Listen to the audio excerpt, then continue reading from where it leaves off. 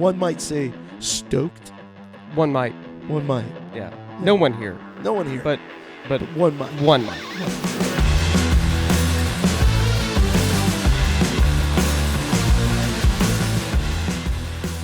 Yeah, man. I guess we'll just kind of jump into the recap for this week.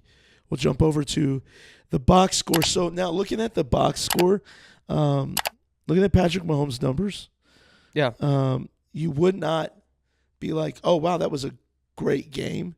Well, and I was gonna make the comparison, which does not seem like a fair comparison. But if you look at Bo Nix's numbers compared to Patrick Mahomes' numbers, and you take into account that Bo Nix is a rookie and he's new to this whole NFL thing, these numbers are like pretty close. So, and so that's why, like, this season and last season, like, if you look at Mahomes' stats, that's not going to give you a clear picture because the records say everything. He's playing smart. So, and I think his numbers are indicative, are not indicative of how well he plays. Yeah. Because those numbers are in spite of not having a left tackle for half the game. Like, speaking of Wanye, Kingsley came in, and there were 4 different times where the tight end chipped the defensive end, and then Wanye did not touch him on his way to Patrick Mahomes. Yeah. Like 3 or 4 different times. And Patrick Mahomes, a couple of those times, actually got out of the sack. But Wanye gave up 2 sacks on Sunday. And it's just, Wanye's not ready, man. Wanye's not ready. Yeah. It it's a lot to put on him. Like, it really is. It is. And, like, yeah, he did have a lot of high expectations. Yeah. He won the job in the summer. He looked really good during training camp and during preseason. But he, when dealt with constant repetition of people going all out, because preseason and like training camp, our defensive ends and tackles are not going to be going 100%. No, and not like the Broncos were. The Broncos were out for blood every single snap. And because of that, this game wasn't fun to watch. And they have a great defensive line. Yeah. Right? Their defensive ends are very quick off the ball. Very quick off the ball. Their tackles were, Creed Humphrey gave up a sack for the first time this season. Yeah. Like, although I don't think it credited him for the sack, but the guy was lined up in the A gap, and you could see Creed Humphrey kind of chasing him, like making it appear like it is his guy. Yeah. And even on a couple of those chips towards Wanye Morse's side, Patrick Mahomes getting on to Carson Steele for going and not chipping. Carson Steele, we were finding out, is a terrible pass blocker. He's very good at running, but there was 3 or 4 separate times on Sunday that you can see Carson Steele not going after the free rusher, instead going and double teaming somebody else. 3 to 4 different times. So it's definitely something he needs to work on if he's going to want to still carry some load after Isaiah Pacheco gets back. Realistically, I think once Isaiah Pacheco gets back, Carson Steele's probably going to be dropped to the practice squad or designated as special teams only. And then we'll drop somebody else because he is a good return guy. But he needs to develop a little bit more as a pass blocker, especially if he's going to carry that halfback style load. You know what I mean? Yeah. Halfbacks are really good at one thing, and that's blocking. And if he wants to carry that halfback load, he's got to be a blocker. Because, we're going to have Kareem Hunt, Isaiah Pacheco, and Samaje Perine. Carson Steele, man, you're not going to get a lot of touches. He barely got any touches this game. Yeah. He got almost no touches the week before. Yeah. The week before, I think he touched the ball twice in the fourth quarter. Yeah. So, well, and it doesn't help. It does help, but it doesn't help that Kareem Hunt is just absolutely dominating. Yeah. So, which means that we don't have to rely on Carson Steele as much as you would think we would have to with Isaiah Pacheco out. Right. And Clyde Edwards-Helaire having his issues. Kareem Hunt has always been a workhorse, right? A lot of people forgot about that when he was carrying the load with Nick Chubb in Cleveland. I mean, because he was their number 2 back. Yeah. So a lot of people forgot about that. Like the guy runs, he was running angry before Isaiah Pacheco got into college. You know, like he's a hard runner. He puts his nose down, and he runs angry, man. So having those two as a 1-2 hit, which Kareem Hunt will still be the 1, and Isaiah Pacheco will be the 2, kind of like easing his way in. And then I feel like in December, Kareem Hunt's probably going to get some breaks. Going to rest him a little bit for the postseason, like we probably will several people. But, yeah, man, Patrick Mahomes is still Patrick Mahomes. Yeah, I mean, and just another stat, he's 11th this year in passing yards. So he's more in line with Jaden Daniels and Sam Darnold than he is with, like, Joe Burrow or Lamar Jackson. Everybody's like, oh, well, he can't. He's a former version of himself. No. He's only had DeAndre Hopkins for 3 weeks. Yeah. One of those weeks being like DeAndre Hopkins only got the ball twice. Okay. He's without his 1, 2, and 4 receivers for most of the season in Rice, Hollywood Brown, and Juju. Juju's probably set to come back within the next couple of weeks as well. So you add Juju back to the mix on top of DeAndre Hopkins, on top of Justyn Watson doing what he's doing, Noah Gray being available in the middle, Travis Kelce.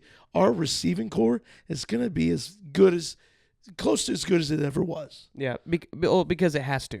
Right. All those guys know that there's no one behind me. Like they're the next man up, and they're acting like you're it. Like you 100%. Know, injuries happen, but like you have to perform. The one big thing I would say, which we'll get to in a second a little bit more, is like there's a couple guys that do need to step up a little bit more. You know what I mean? So true. We'll get into that. So anyway, the moral of the story is no one, like, we are not saying Patrick Mahomes is a shell of his former self. No. It just is a reflection of... He does what he needs to win. Right. There's adversity going on in the roster during extenuating circumstances. He can't control that. A lot of the receivers can't even control. The team can't control injuries. So he had 14 incompletions. He completed 66% of his passes. Yeah. Which is better than Bo Nix in this game. Yeah. Well, in 2 of those... were just straight up misses. He missed Xavier Worthy down the sideline, which Xavier Worthy was down for a second. I think he got the wind knocked out of him. Yeah. And then he missed Kelce in the end zone. And then he missed Kelce wide open in the end zone. He thought the guys in the middle were a little bit deeper in the end zone than they actually were. Yeah. So he said he felt like he had to get it up. Yeah. When realistically he could have just put it on the line. And the one to Worthy, he just put 2 yards out of bounds. Yeah. If that ball is on the sideline and not out of bounds, Worthy catches that for like a 50-yard gain. Yeah. Which Worthy did what he was supposed to do. He got open like he was supposed to, which I thought his route running in this game was a little bit better than his prior games. So I got the hiccups. I don't know what that noise was. Don't make this a thing. Don't make this a thing. Don't make that a thing. Stop it. I'm not. Stop it. I'm just here. I'm just having a good time. Stop it. Okay. I was like an anime voice. So we can get to like the rushing. There wasn't a lot of rushing really. So I mean, 57 yards total, and we only had 3 people who actually rushed. Yep. In this game, one of them was our quarterback. Yep. But so Kareem Hunt. So let's give credit to the defensive line of the Broncos. Yeah. Kareem Hunt's longest run was 10 yards, and he only got 25 more yards on top of that.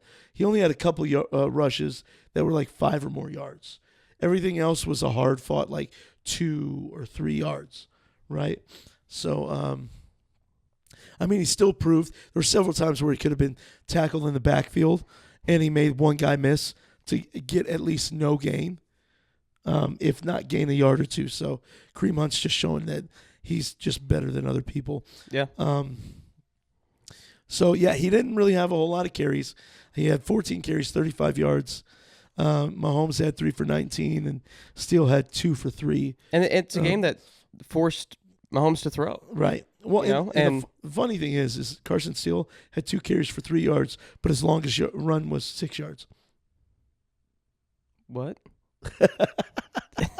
Did he take? Was his second like a loss? Was his only one other of his carry a carries loss? was a 3-yard loss. Okay, that's the yeah. I was about to say, I was like, that doesn't matter. Yeah. So, just a little fun thing there. Yeah, little fun thing there. But now we're gonna go ahead and get to receiving. So Kareem Hunt led. Even though Kareem Hunt did not have a great rushing day, he caught the ball out of the backfield. Yeah. He had 7 catches for 65. What was his long there? 26. 26. He had 10 targets. Yeah. So he's doing a lot of little bubble screens and stuff like that. A lot of little just dump outs to him, and it shows that dude can get open in the field, can make moves in the open field. Yeah. So good on him. So yeah, that's Kareem Hunt's stats. Travis Kelce with touchdown. Was it back-to-back plays on that drive, or it was just the same drive? He had the catch and then he had the touchdown. What? I think it was on the same drive. What? That he like broke open in the middle and then. Oh yeah. It was. I don't think it was back-to-back, but it was. No. So I mean, Kelce, this game showed that he could still run routes and make people look silly. Dude might be 35, but his little his little jab step in, and then like Kelce's so good at just stopping and becoming available for Patrick Mahomes that when he does that little stop and then he like moves and continues out or in, the defender wants to bite on him like just sitting in that little hole. So the defender bites, but as they bite, he makes a move out, and man, he was just caught in stride. Yeah. Out 20, what was it, like a 22-yard gain? And yeah, that's his longest. He had the most receptions on the day. Yep, he had 8 catches on 12 targets. Yeah. 64 yards. So I mean, he's still making moves. Travis Kelce, Patrick Mahomes is Patrick Mahomes.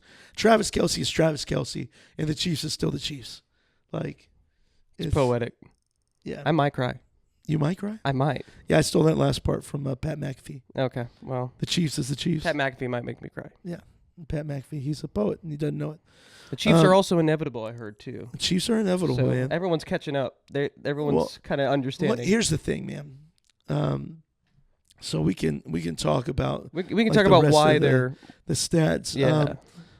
So real quick, DeAndre Hopkins did have 4 catches for 56 yards on 5 targets. A lot of people were like, "Oh, why isn't he getting involved? Why isn't he getting involved?"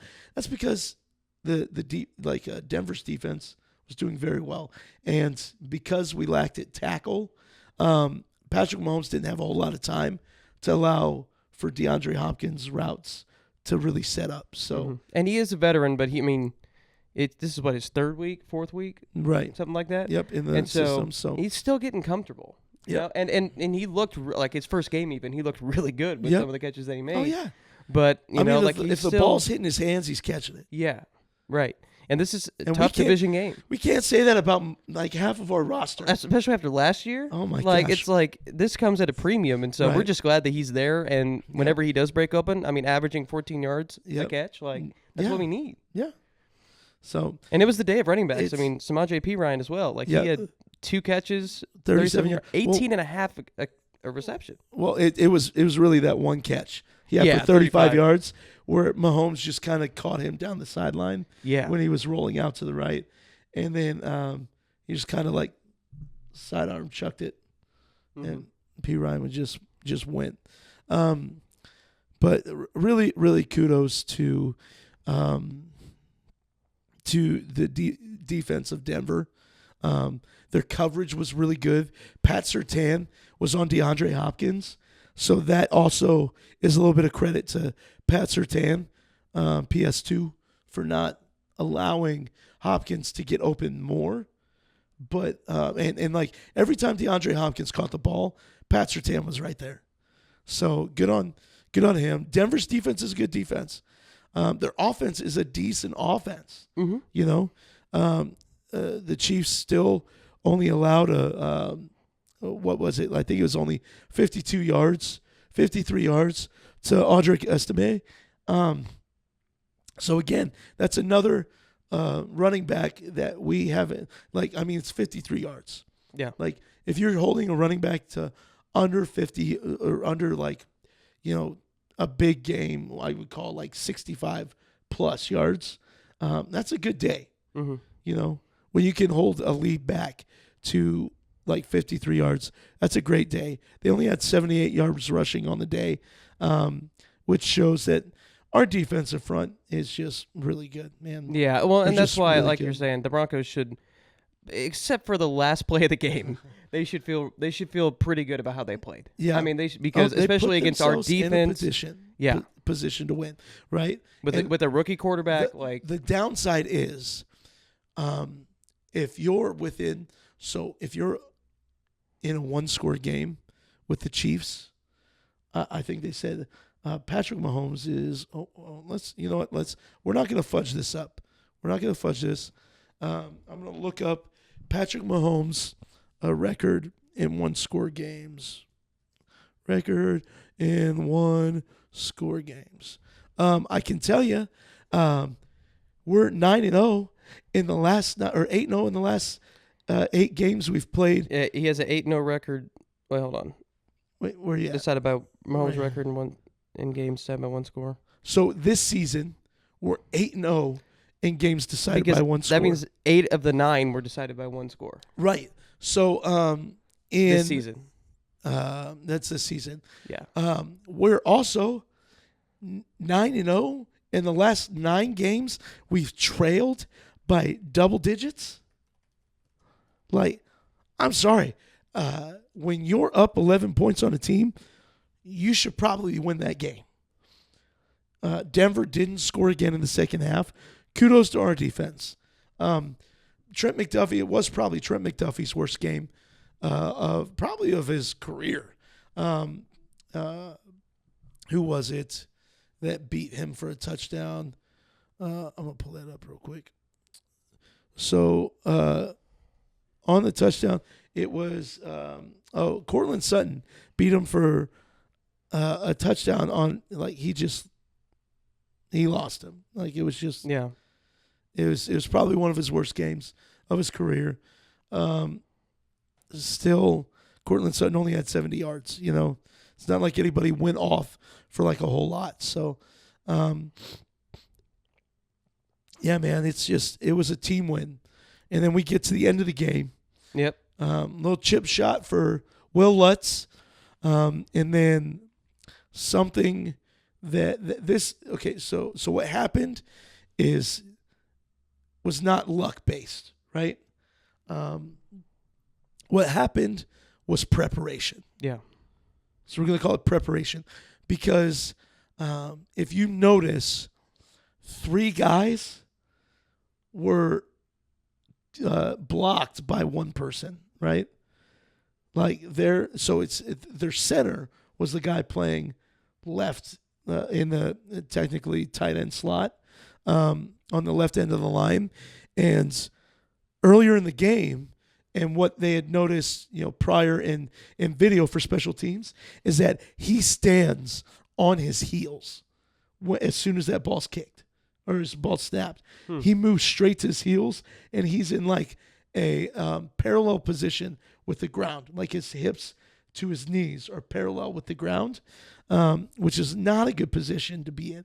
As soon as a ball is snapped, you want to be on your toes, ready to absorb, because those guys are going to try to bull rush you, get through, and block that kick. So you want to make sure that you're on your toes, ready to absorb that, so that way you have your heels to fall back onto when they get through, and you get enough of a block to where even if they get through, it's slow, right? Well, you have George Karlaftis and who they call John Cena, Leo Chenal. You got 2 of probably the strongest guys on our defense, that just bull rush, number 54 for the Broncos. Yeah. And both. I think if Leo Chenal doesn't block that, George Karlaftis blocks that. If you watch the video, George Karlaftis is almost perfectly in line with Leo Chenal. Well, and that's the thing. Like, whenever we were watching it, I didn't know Leo Chenal was the one who blocked it until after the game. Right. Because everyone was like, was it Karlaftis? Well, people said Mike Dana, and I'm I don't even see Mike Dana in here. Yeah. So I was a little confused. We're actually going to watch this real quick. Yeah. We're going to watch this. And I want to give... Okay, we'll just watch it real quick. So here we go. So if you look right here. Yeah. So you see where you see Leo Chenal, and you almost can't see George Karlaftis because they're perfectly in line with each other. They're literally like doing synchronized swimming. Right. Is what's going on. Like they're completely in line. If Leo Chenal does not block that, I am fully convinced that George Karlaftis blocks that. And then go ahead and play it. And then here, like you look. Yeah, they were literally the whole way. Yeah. So like let's look. Right here, like it's just crazy. So yeah, from here, right there. So from there, block it to there. Oh man, it's just like it happened so quick. It was so fast. It was it was so fast. This clip will always give me chills. Yeah, because this game again, like I said, this game was not fun to watch. We were. Like a lot of us were mad just with the way things were turning out. Like it's a tough game. Like we 100% get that, but it was just like, man, this is how we're gonna get our first loss. Like this just didn't feel right. Well, so I watch the homie Cole and how about those Chiefs while I'm live tweeting and watching the game because then I can interact with people in his stream as well. He had at this point he had 10.4 thousand people watching his stream. Really? During the game. And so then he freaked out. Well, dude, his freak out is one of the best. Yeah. Is one of the best. I told him, I messaged him, I was like, bro, the spike and rotate and catch the ball without like trying. He's like, bro, that wasn't even on purpose. I was like, you don't tell people that. You tell people that's athleticism, okay? Yeah. So it's just like, I told him, like, I'm not worried until there's zeros on the clock. Yeah. No, I know. But I can be anxious. I want to give Dionte. Yeah, I want to give Dionte credit because he always talks about this, but this is just evidence that the Chiefs just have the championship mindset. Right. That down to the last snap because a lot of to be bro, honest, our defense failed us on this drive. Yeah. Our defense did not do what they needed to do. Cortland Sutton beat Trent McDuffie on an out route. Yeah. To get into field goal position. Absolutely. Like, our defense did not look good on this drive. And like, Denver deserved to win. Yeah, like a lot of teams, like it seems like whenever it comes down to this situation, like it is automatic. Right. The field goal's automatic because the defense just has this sense of like field goals are almost never blocked. You know, especially whenever you can't use other players. Right. You have to like just jump right over or just get enough height right whenever the ball snaps. Yep.